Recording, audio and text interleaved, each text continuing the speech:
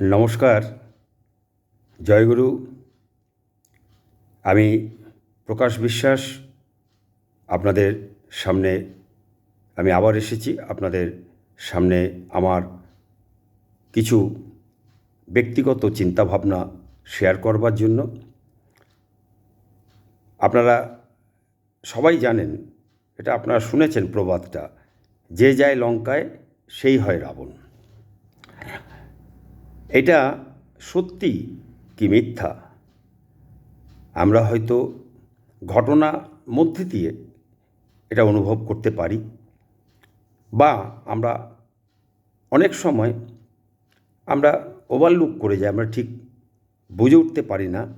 পরবর্তী সময়ে ঘটনা যখন ঘটে তখন তার সঙ্গে আমরা মিল খেয়ে এটাকে মিল খাওয়ার চেষ্টা করি, দেখি যে কথাটা কতটা ঠিক।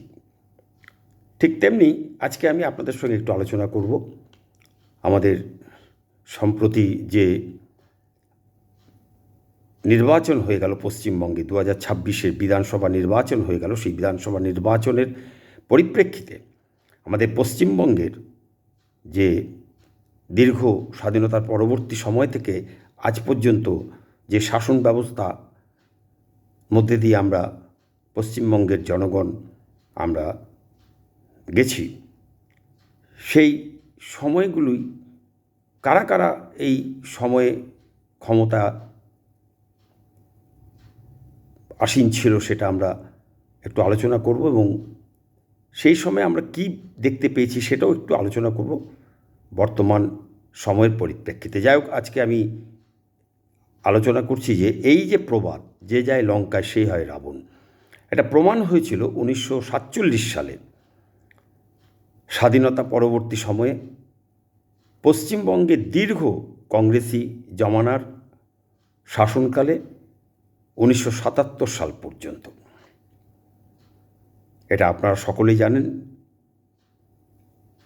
আজকের প্রজন্ম হয়তো সেটা জানে না, কিন্তু যারা আজও প্রবীণ নাগরিক তারা নিরপেক্ষ দৃষ্টিতে যদি বিচার করেন, আমার পশ্চিমবঙ্গের তাতে প্রজন্মের পর প্রজন্ম কী লাভ তুলতে পেরেছে এই শাসন ব্যবস্থার মধ্যে দিয়ে, আমি যদি পক্ষপাতিত্ব না করি, আমি যদি আমার রাজ্যের মানুষের মঙ্গল, আমার বর্তমান এবং ভবিষ্যৎ প্রজন্মের মঙ্গল যদি আমি কামনা করি, সবার ভালো হোক, সবাই ভালো থাকুক, সবাই আমার বাংলার বুকে মায়েদের সঙ্গে, ছেলেদের সঙ্গে, ভাইদের সঙ্গে, বোনেদের সবাই মিলেমিশে থাকুক এই বাংলার বুকে, সেটা আমরা যারা সত্যিকারের অকপটভাবে আমরা চাইব, তারা আমরা এই জায়গাটা আমরা আলোচনা করব যে সত্যি আমরা কি দেখতে পেয়েছি। 1947 সালে যেটা আমি বললাম যে দীর্ঘ যে কংগ্রেসি জমানা আমরা দেখেছি, সেখানে আমরা 1977 সাল পর্যন্ত আমরা দেখেছি যে যে যায় লঙ্কায় সেই হয় রাবণ। তারপর কংগ্রেসি জমানার শেষে যে যায় লঙ্কায় সেই হয় রাবণ প্রবাদ আবার প্রমাণ হয়েছিল 1977-এর পরে বামফ্রন্টের 34 বছরের রাজত্বে। এখানে পক্ষপাতিত্বের কোনো ব্যাপার নেই, কোনো বিরোধিতা নেই, কোনো একচক্ষু হরিণের মতন যে কথা বলবো তাও নেই, কারণ আমি নিজেই এই বামপন্থী আন্দোলনের সঙ্গে যুক্ত থাকা, একেবারে মাটির সঙ্গে গ্রাউন্ড লেভেলে যুক্ত থাকা আমিও একজন সেই সময়ের যুবক ছিলাম, তরুণ ছিলাম। সেই দিন আমি পার হয়েছি প্রত্যক্ষ সংগ্রামের মধ্যে দিয়ে, রাস্তায় নেবে, পথে নেবে। সেই দিনগুলি আমার মনে আছে যে 34 বছরের যে রাজত্ব, সেখানেও আমরা দেখেছি যে যায় লঙ্কায় সে হয় রাবণ। বামফ্রন্টের এই জমানা শেষ হয়েছিল 2011 সালে তৃণমূলের আত্মপ্রকাশে।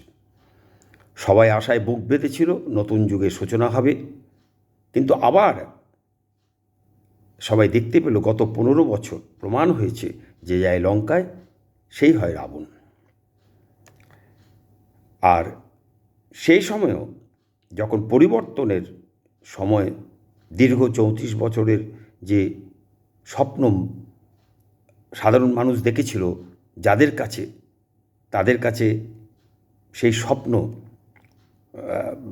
বিফল হওয়ার জন্য, ব্যর্থ হওয়ার জন্য, ভেঙে চুরমার হয়ে যাওয়ার জন্য যে পরিবর্তন হয়ে এসেছিল, সেই পরিবর্তনের যে অকপট হৃদয় নিয়ে মানুষ ঝাঁপিয়ে পড়েছিল সেই পরিবর্তনের জন্য, সেই পরিবর্তনেরও আমি একজন প্রত্যক্ষ সংগ্রামের যোদ্ধা ছিলাম।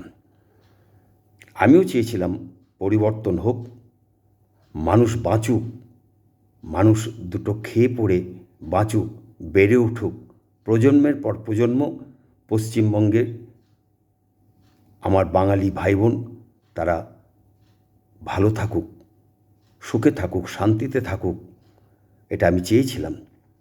তাই আমিও সেই পরিবর্তনের সঙ্গে যুক্ত হয়েছিলাম। তো গত 15 বছরেও প্রমাণ হয়েছে, যে যায় লঙ্কায় সে হয় রাবণ। আর এবার আমরা কি দেখলাম? এবার কি হবে? 2026-এ যে পরিবর্তন হলো, সেই পরিবর্তন আমরা দেখতে পেলাম। রামরাজ্যের প্রতিষ্ঠাতা এবার পুরুষোত্তম পরমপিতা পরম প্রেমময় শ্রী শ্রী রামচন্দ্রের আদর্শের আগমন হয়েছে পশ্চিমবঙ্গে। রামরাজ্যের প্রতিষ্ঠা হবে এবার, নাকি এবারও মর্যাদা পুরুষোত্তম শ্রী শ্রী রামচন্দ্রের আদর্শে অনুপ্রাণিত রাজ্যের সিংহাসনে রাবণ এসে আবার সিংহাসন অলঙ্কৃত করবে? এবারও কি যে যায় লঙ্কায় সেই হয় রাবণ, এই প্রবাদের ট্র্যাডিশন বয়ে যাবে পশ্চিমবঙ্গের বুকে? যাই হোক, সময়ের অপেক্ষা, সময় সবচেয়ে বড় বলবান।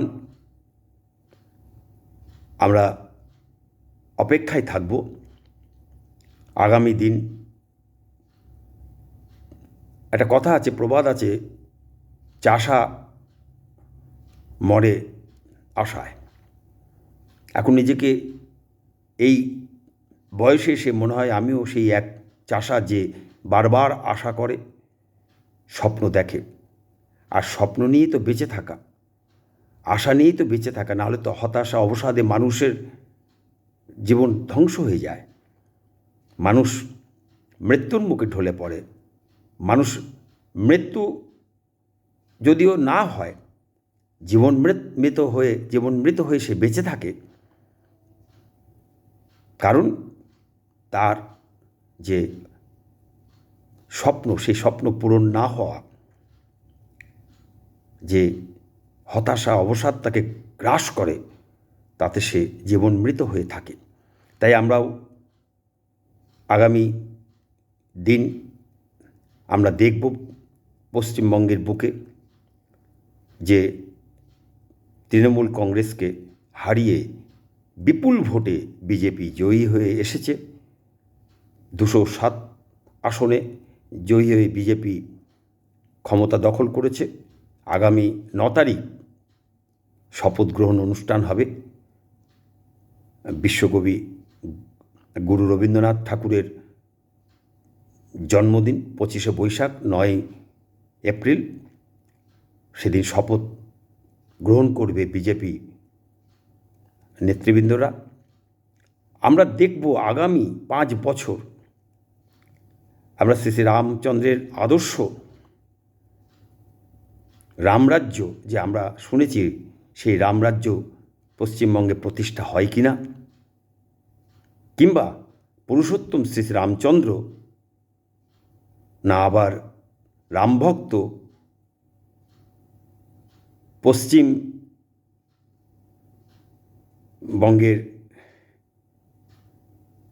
চিরতরে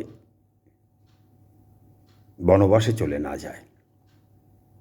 আসুন, আমরা অপেক্ষায় রইলাম।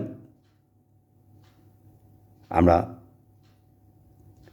আগামী দিনের পথের দিকে চেয়ে থাকা আমরা মানুষ, আমরা অপেক্ষা করব, দেখব প্রবাদ সত্যি হয় কি মিথ্যে হয়। নমস্কার, জয় গুরু।